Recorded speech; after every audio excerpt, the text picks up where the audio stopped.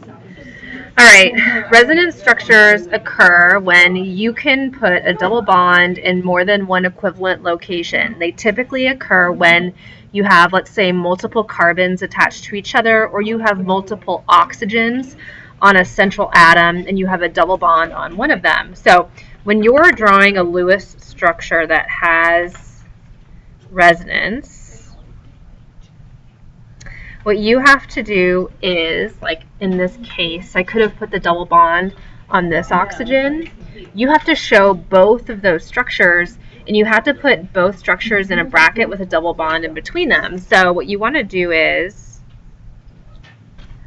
something like this, and then you want to show the other structure with a double bond on the oxygen on the right. So it'll look like this. Okay?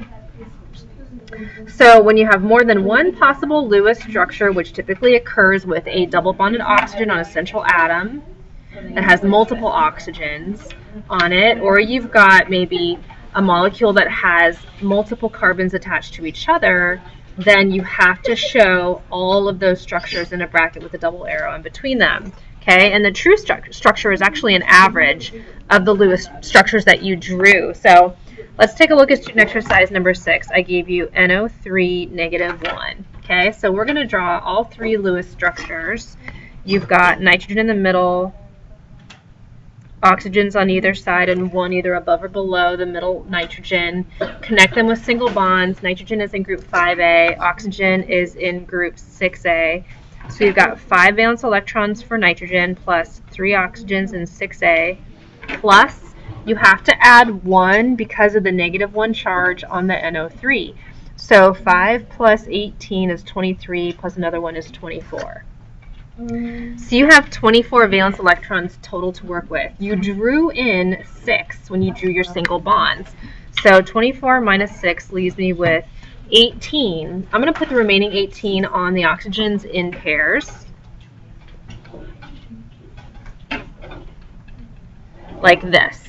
Okay, now my oxygens are happy, but my nitrogen is not, because nitrogen only has 6 valence electrons around it. So you have a choice.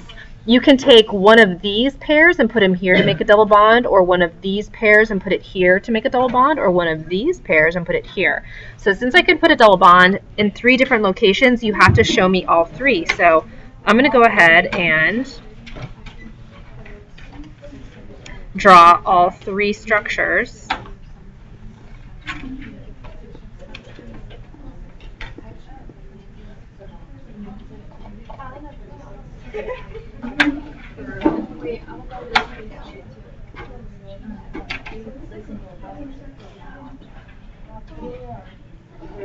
Okay, so here I'm showing you all the different bonds that different double bonds that I could have put in, right? One on the left, one on the bottom, and one on the right. Okay. All right, now there's one more example. It's NO2 -1. Why don't you guys go ahead and submit your resonance? Oh, you're not done yet.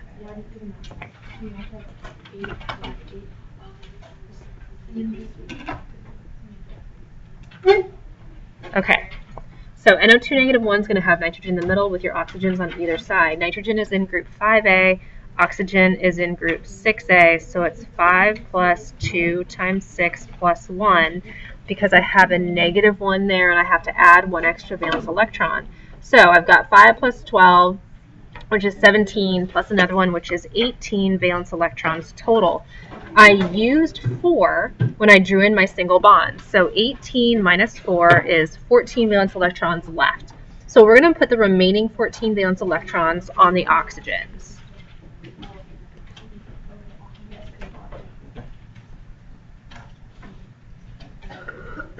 And then I've got 1 extra pair on the nitrogen. Okay? So nitrogen is not happy, but my oxygens are happy. The only way to make nitrogen happy is to either move one of these here to make a double bond, or one of these here.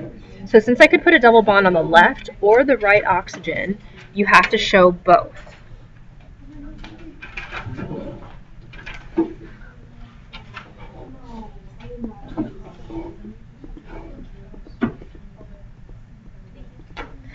All right, and there are your 2 resonance structures.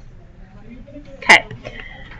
Now, for the worksheet on resonance structures, you only have 5 examples of structures to do. So what I want you to do is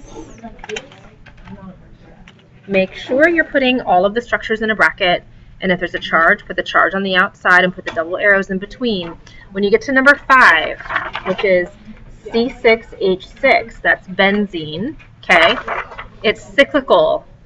Think about what shape cyclical means, and that's the shape that you're going to draw that in.